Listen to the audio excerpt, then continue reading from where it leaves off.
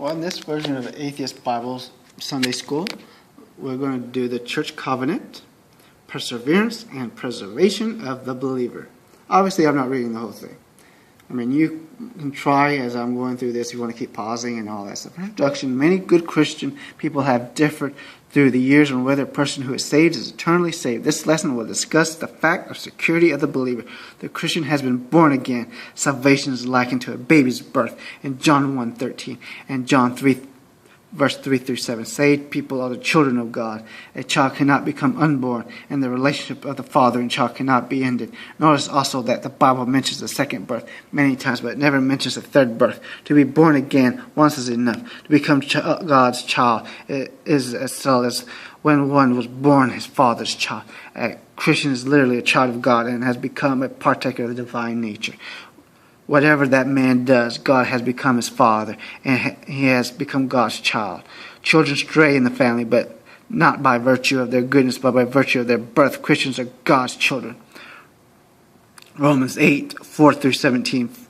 For as many as led by the Spirit of God, they are the sons of God. For ye have not received the spirit of the bondage again to fear, but ye have received the spirit of adoption, whereby we cry, Abba, Father.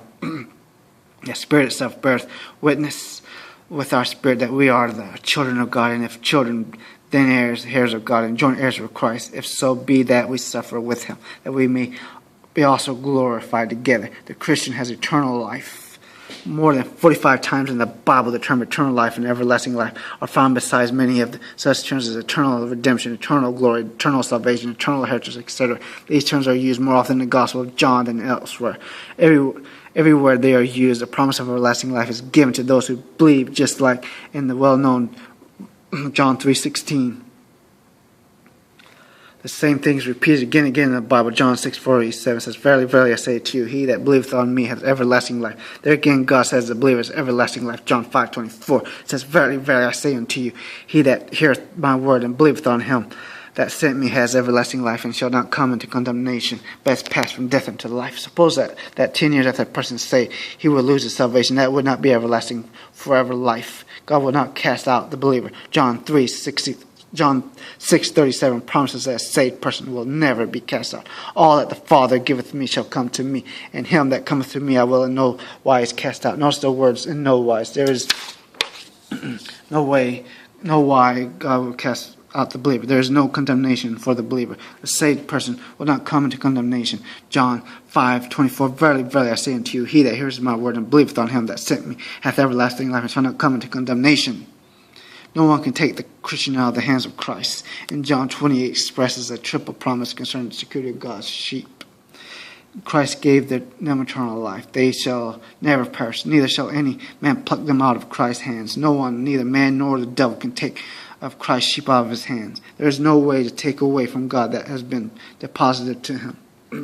2 Timothy 1:12. You can read that yourself if you want. Well, for I know whom I believe, and am persuaded that he is able to keep that which I have committed unto him against that day. Sin is not charged to the Christian. Conclusion, blah, blah, blah. So basically, you can't lose your salvation and all this stuff. And I've done that before in the idiot reads Bible verses. I have one title. You're not a true Christian. You're not a true entitled. You're not a true Christian. That one, I read that verse they use to basically get out of this. If you want to read it, you're welcome to. It's in the playlist. Idiot Christian reads Bible verses, and the name is of course going to be You're Not a True Christian. Thanks. Feel free to like, subscribe. Feel free to watch any of my other videos. Thanks.